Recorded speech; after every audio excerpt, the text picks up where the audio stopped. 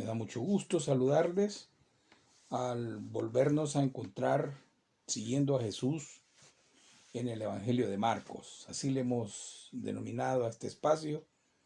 Y hoy vamos a leer el capítulo 11 del versículo 15 al 19, que era el que habíamos dejado pendiente. Dice así el texto. Vamos a leer el texto y luego vamos a ir viendo algunos detalles para comentar. Dice: vinieron pues a Jerusalén, versículo 15, capítulo 11. Vinieron pues a Jerusalén, y entrando Jesús en el templo, comenzó a echar fuera a los que vendían y compraban en el templo, y volcó las mesas de los cambistas y las sillas de los que vendían palomas. Y no consentía que nadie atravesase el templo llevando un utensilio alguno. Y les enseñaba diciendo: ¿no está escrito: mi casa será llamada casa de oración para todas las naciones? Mas vosotros la habéis hecho cueva de ladrones. Y lo oyeron los escribas y los principales sacerdotes, y buscaban cómo matarle, porque le tenían miedo, por cuanto todo el pueblo estaba admirando de su doctrina. Pero al llegar la noche, Jesús salió de la ciudad. Hasta ahí el texto. En un pasaje anterior hemos ya visto el momento en el que Jesús llega a Jerusalén en medio de una aclamación popular. Sin embargo, aunque muchos pensaban que iba a ocupar el trono en Jerusalén, él sabía que lo que realmente le esperaba era la cruz.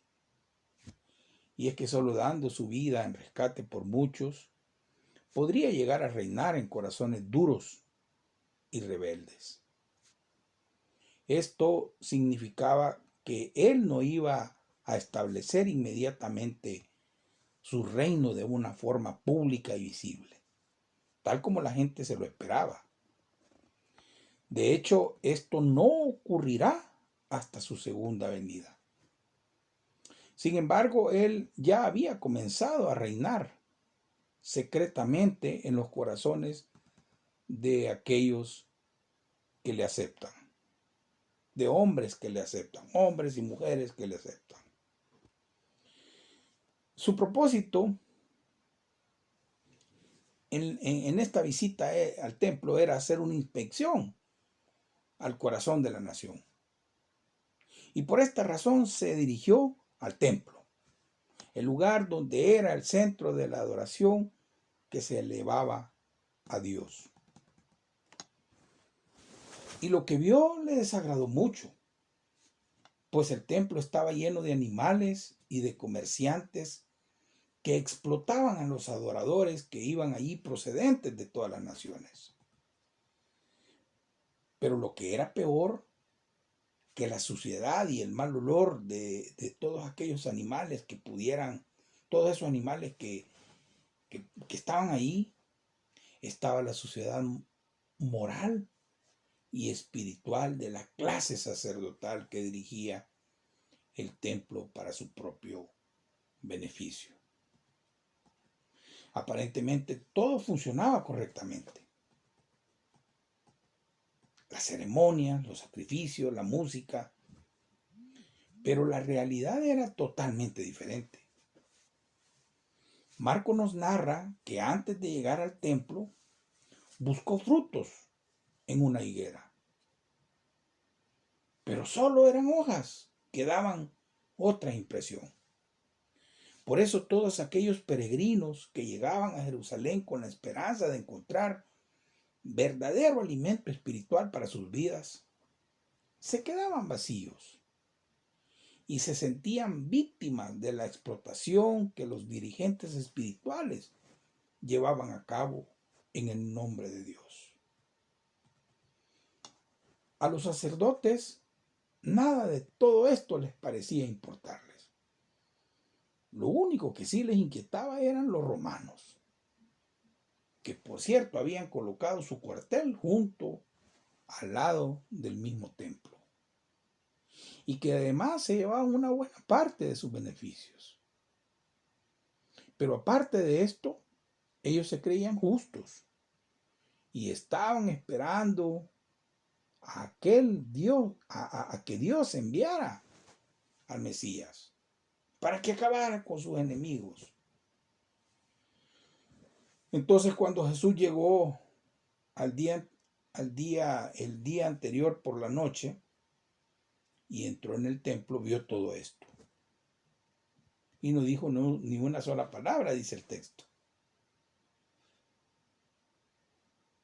El profeta Malaquías había anunciado siglos atrás que la venida del Mesías tendría como objetivo más bien manifestar su ira contra todos aquellos abusos que los sacerdotes cometían en el templo de Dios, a la vez que purificaría el sacerdocio, las ofrendas y también al mismo pueblo. Veamos Malaquías, ¿qué dice? En el capítulo 2,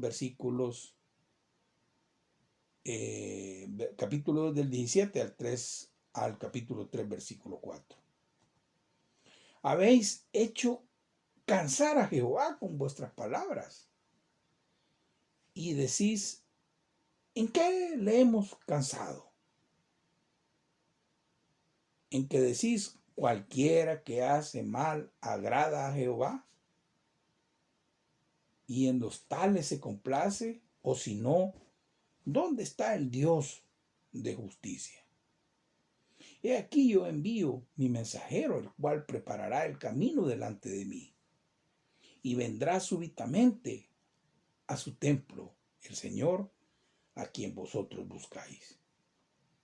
Y el ángel del pacto, a quien deseáis vosotros, he aquí viene, ha dicho Jehová de los ejércitos.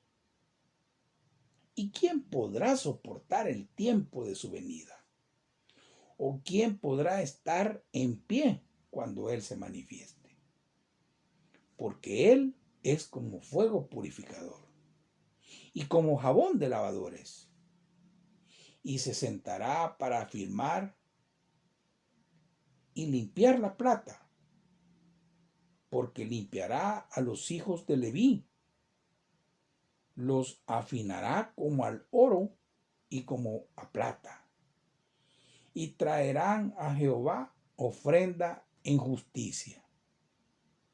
Y será grata a Jehová la ofrenda de Judá y de Jerusalén, como en los días pasados y como en los años antiguos. Hasta ahí la cita. Hermanos, en el episodio de la higuera se encuentran dos historias. Las dos historias son la maldición y el secarse de la higuera. Y por otro lado está también el juicio sobre el templo. Las dos se entrelazan mutuamente, se dan luz. Lo que le sucede a la higuera clarifica lo que está en juego en el templo, en el que Jesús acaba de entrar. Nunca jamás dará fruto porque ha decepcionado en cuanto a las expectativas. Lo que le pasa a la higuera es, pues, el símbolo de lo que le pasa, de lo que está pasando en el templo. La higuera, así como la viña, son figuras que la Biblia reserva para designar a Israel. De la higuera o de la viña, es decir, de su pueblo, Dios espera un fruto bueno. Y respecto al templo, desea un encuentro con Dios, donde haya un alivio interior, restauración espiritual. Pero las autoridades sacerdotales les han puesto demasiados obstáculos. Los escribas y los fariseos habían endurecido la ley como si Dios exigiera cada vez más, incluso al riesgo de excluir.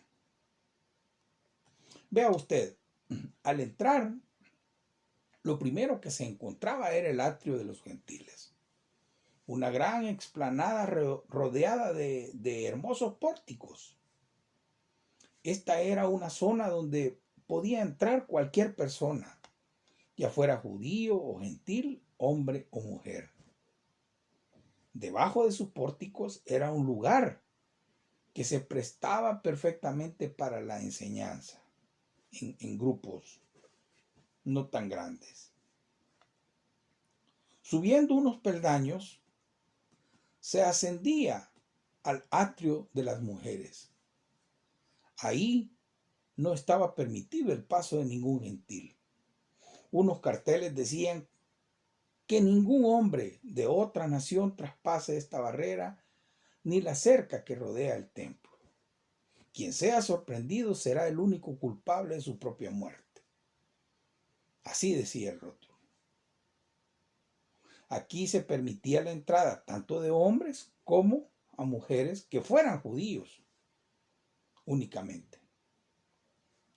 Subiendo un poco más se llegaba al atrio de los israelitas, en donde solo podían entrar los varones judíos.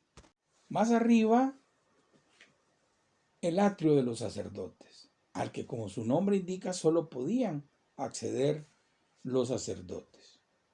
Y por último, arriba del todo estaba el santuario, al que solo podía entrar el sumo sacerdote una vez al año. Pues bien, la escena de todo este relato es en el atrio de los gentiles. En realidad, aquella zona se había diseñado con la intención de que fuera un lugar de oración y preparación antes de entrar a las zonas interiores del templo. Al mismo tiempo era una zona en la que los gentiles tenían la posibilidad de entrar y escuchar la palabra de Dios.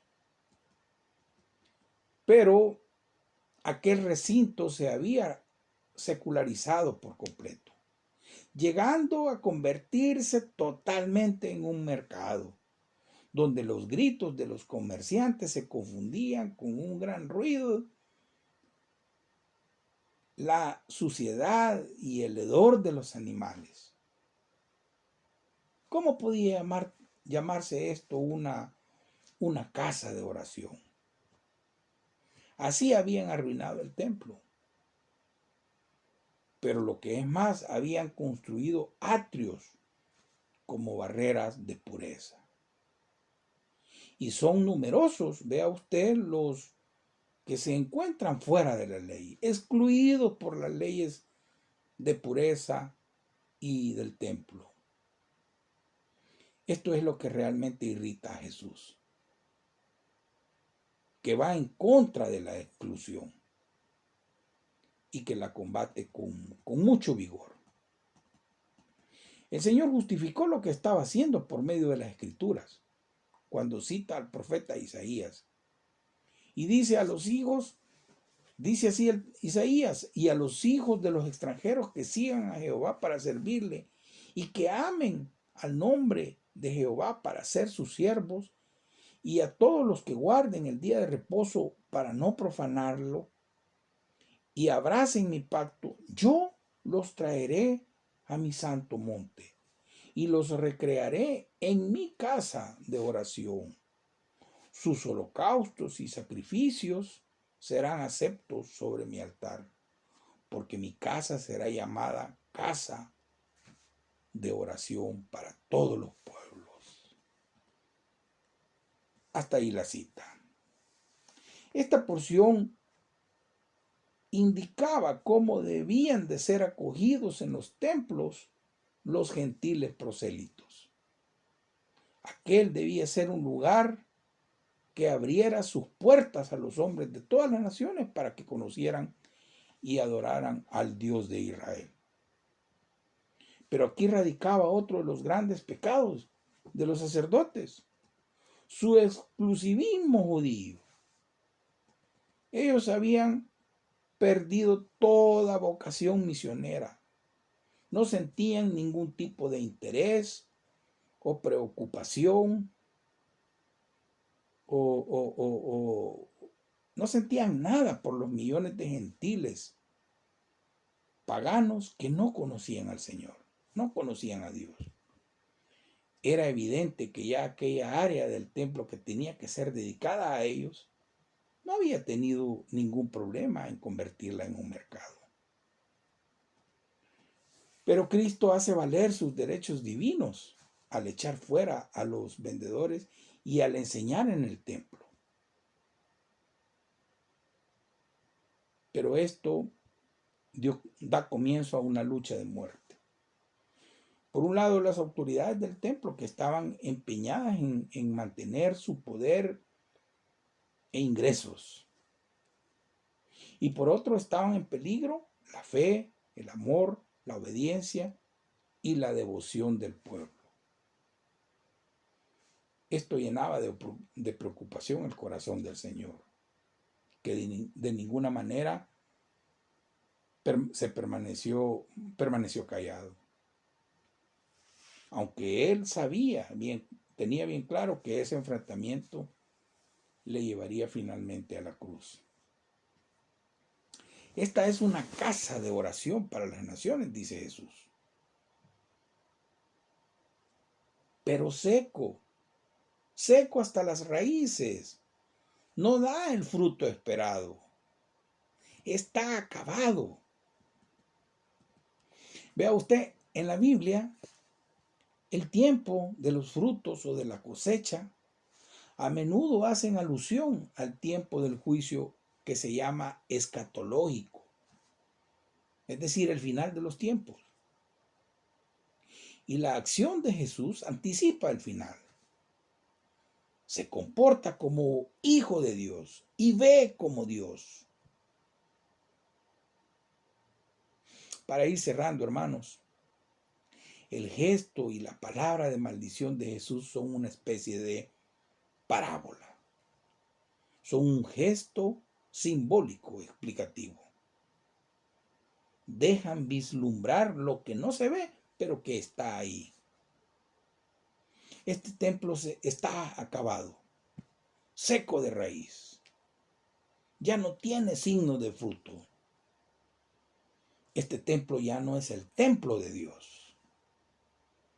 Porque a partir de aquí será la persona de Jesús quien reunirá a todos los que quieren tener parte en sus frutos. Querida iglesia, ahora es el tiempo suyo y mío, donde se espera que tengamos hambre y celo espiritual como Jesús. Que demos fruto, es decir, que nos conduzcamos en una vida que tenga sabor a evangelio, con raíces profundas y vivas, es decir, una fe sólida, que vaya a la fuente y cuya oración esté llena de confianza. También que vayamos a la fuente del perdón dado. Queridos hermanos, este es el discípulo según Jesús, el discípulo según el corazón de Dios. Que el Señor le bendiga, que tengan una muy buena semana. Nos escuchamos el próximo lunes, si el Señor lo permite.